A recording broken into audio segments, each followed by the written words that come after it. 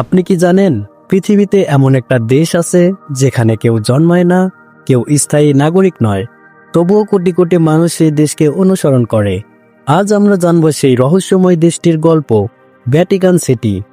Vatican city অবস্থিত ইতালির রাজধানী রোম শহরের মাঝখানে। মাত্র 0.49 বর্গ কিলোমিটার জায়গা জুড়ে বিস্তৃত এই দেশটি পৃথিবীর সবচেয়ে ছোট স্বাধীন রাষ্ট্র। এখানে বসবাস করে প্রায় 800 থেকে 1000 জন মানুষ, কিন্তু তারা কেউই সাধারণ নাগরিক নয়। এরা সবাই কোনো না কোনোভাবে ভ্যাটিকানের দায়িত্বে নিয়োজিত। ভ্যাটিকান শুধু একটি দেশ নয়, এটি রোমান ক্যাথলিকের ধর্মের কেন্দ্র। 1929 সালে ইতালি সরকারের সঙ্গে করা একটি চুক্তির মাধ্যমে ভ্যাটিকান আলাদা রাষ্ট্র হিসেবে স্বীকৃতি পায়। এই চুক্তির নাম ছিল ল্যাটেরান চুক্তি। এই চুক্তির পর থেকে ভ্যাটিকান নিজস্ব আইন, সরকার ও সীমান্ত নিয়ে স্বাধীনভাবে পরিচালিত হচ্ছে। এই দেশের সবচেয়ে আশ্চর্য বিষয় হলো এখানে রাষ্ট্রপ্রধান হচ্ছে পোপ। আপনাদের মনে প্রশ্ন হতে পারে, পোপ কি? চলুন আমি আপনাকে বুঝিয়ে বলছি। পোপ হলেন ভ্যাটিকান সিটির রাষ্ট্রপ্রধান এবং একই সাথে পুরো পৃথিবীর রোমান ক্যাথলিক খ্রিস্টানদের সর্বোচ্চ ধর্মীয় নেতা। বর্তমান বিশ্বের প্রায় 130 কোটিরও বেশি ক্যাথলিক পোপকে অনুসরণ করে।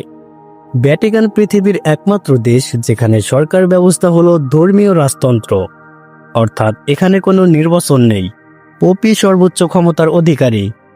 ভ্যাটিকানে নাগরিকত্ব স্থায়ী নয়, এখানে কেউ জন্মসূত্রে নাগরিক হয় না। যখন কেউ ভ্যাটিকানে কাজ শুরু করে, যেমন পাদ্রী, সুইস গার্ড বা কর্মকর্তা, তখনই তাকে নাগরিকত্ব দেওয়া হয়। কাজ শেষ হলে নাগরিকত্বও শেষ। আপনারা কি জানেন ভ্যাটিকানের সেনাবাহিনীর কথা? ভ্যাটিকানের নিজস্ব সেনাবাহিনীর নাম হলো সুইস গার্ড। এই সেনারা তাদের স্বতন্ত্র ও ঐতিহ্যবাহী ইউনিফর্মের জন্য পরিচিত। তবে তাদের আসল পরিচয় লুকিয়ে আছে কঠোর প্রশিক্ষণ ও শৃঙ্খলার মধ্যে। সুইস গার্ডরা মূলত পোপের ব্যক্তিগত নিরাপত্তার দায়িত্বে নিয়োজিত। ভ্যাটিকানের ভেতরের সর্বোচ্চ নিরাপত্তা নিশ্চিত করাই তাদের প্রধান কাজ। উল্লেখযোগ্য বিষয় হলো এই বাহিনীর ইতিহাস প্রায় 500 বছরেরও বেশি পুরনো, যা একে পৃথিবীর অন্যতম প্রাচীন সক্রিয় সেনাবাহিনীর মধ্যে স্থান দিয়েছে। তাহলে প্রশ্ন আসে, এত ছোট একটা দেশ কিভাবে চলে? ভ্যাটিকানের আয়ের মূল উৎস হলো পর্যটন।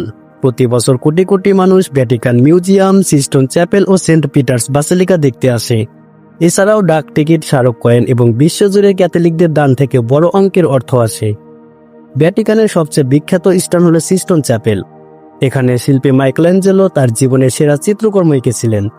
এই ছোট্ট দেশটি পৃথিবীর সবচেয়ে মূল্যবান শিল্পকর্মগুলোর একটি ভান্ডার। ভ্যাটিকানে নেই কোনো হাসপাতাল, নেই কোনো স্কুল, এমনকি নেই কোনো জেলখানাও। তবুও কাগজে কলমে এই দেশের অপরাধের হার অনেক বেশি দেখা যায়, কারণ প্রতিদিন লাখ লাখ পর্যটক এখানে প্রবেশ করে। তাদের ছোটখাটো অপরাধও ভ্যাটিকানের হিসাবেই ধরা হয়। আয়তনে ভ্যাটিকান সিটি খুবই ছোট, কিন্তু ধর্ম, ইতিহাস ও সংস্কৃতির দিক থেকে এর প্রভাব পুরো পৃথিবী জুড়ে বিস্তৃত। ভ্যাটিকান সিটি আমাদের শেখায় দেশের শক্তি তার আয়তনে নয়, বরং তার ইতিহাস, বিশ্বাস আর প্রভাবের গভীরতায়।